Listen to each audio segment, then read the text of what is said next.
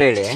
So Kaggalipura police station ಇಂದ ಬಂದಿರ್ತಾರೆ. ಅಗರ ಅಂತ ಒಂದು ವಿಲೇಜ್ ಇದೆ, ಅಲ್ಲಿ ಈತನ ಪ್ರಕಾರ ಸ್ವತಃ ಮಕ್ಕಳೇ ಕರ್ಕೊಂಬಂದು ಮಧ್ಯರಾತ್ರಿನಲ್ಲಿ ಬಿಟ್ಟೋದ್ರು ಅನ್ನೋವಂಥ ಮಾಹಿತಿ ಇದೆ.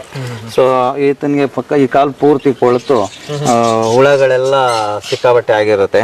ಸೊ ಡಾಕ್ಟ್ರಿಗೆ ತೋರಿಸಿದಾಗ ಇದನ್ನು ಆಪರೇಷನ್ ಕಾಲು ತೆಗಿಲೇಬೇಕು ಅಂದರು. ಅದನ್ನು ನಾವು ಇವಾಗ ತೆಗೆಸಿ ಸೊ ಇವತ್ತು ಹೋಗ್ಬೇಕಿತ್ತು. ಸೊ ಮಂಗಳವಾರ ನಾವು ಜೈನ್ ಹಾಸ್ಪಿಟ್ಲಿಗೆ ಹೋಗ್ತಾ ಇದ್ದೀವಿ, ವಸಂತ ನಗರ.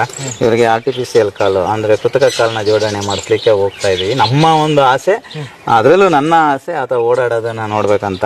ಈ ಕೈ ಕೂಡ ಸ್ವಾಧೀನ ಇಲ್ಲ, ಸ್ಟ್ರೋಕ್ ಆಗಿದೆ ಇವರಿಗೆ. ಕಾಲು ಹಾಕಿದ್ರೆ ಹಿಡಿಯುತ್ತೆ, ಹಿಂಗೆಲ್ಲ ಅದೆಲ್ಲ ಮೂವ್ಮೆಂಟ್ ಆಗುತ್ತೆ, ತೆವ್ಕೊಂಡೆಲ್ಲ ಓಡಾಡ್ತಾರೆ. ಸೊ ಅದನ್ನ ಮಾಡಿಸ್ಬೇಕು ಅನ್ನೋ ನಾವೇ ನಮ್ಮ ಸ್ವಂತದಿಂದ ಆಪರೇಷನ್ ಮಾಡಿಸಿರೋದು. ಸೊ ಸ್ವಂತ ಖರ್ಚಿಂದ ನಾವೇ ಆಪರೇಷನ್ ಮಾಡಿಸಿದ್ದೀವಿ. ಅಥವಾ ಓಡಾಡೋದನ್ನ ನೋಡಬೇಕು, ಯಾಕೆಂದ್ರೆ ಅವ್ರಿಗೊಂದು ಆಸೆ ಇರುತ್ತೆ, ಮಕ್ಳು ಹಿಂಗೆ ಮಾಡಿದ್ರು ಇಲ್ಲೂ ಇದೇ ಪರಿಸ್ಥಿತಿನಲ್ಲಿ ಇದ್ದೀವಿ ಅನ್ನೋ ಮನೋಭಾವನೆ ಬರಬಾರ್ದು ಅನ್ನೋ ಒಂದು ಕಾರಣಕ್ಕೆ ಅವ್ರನ್ನ ಕೃತಕ ಕಾಲ ಹಾಕಿ ಓಡಾಡೋದನ್ನ ನೋಡ್ಬೇಕನ್ನೋ ನನ್ನ ಹೆಚ್ಚಿನ ಆಸೆ ಅದು. ನಮಸ್ತೆ. ಕನ್ನಡ ಚೆನ್ನಾಗಿ ಕಾಲು ಕಾಲು ಏನಾಯ್ತು? ಕಾಲು ಕಾಲು ಕನ್ನಡ ಬರಲ್ಲ?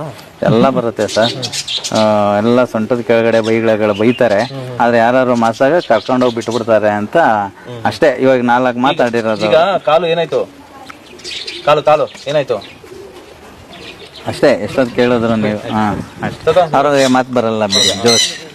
ಅವನು ಮಾನಸಿಕ ಸ್ವಸ್ಥ.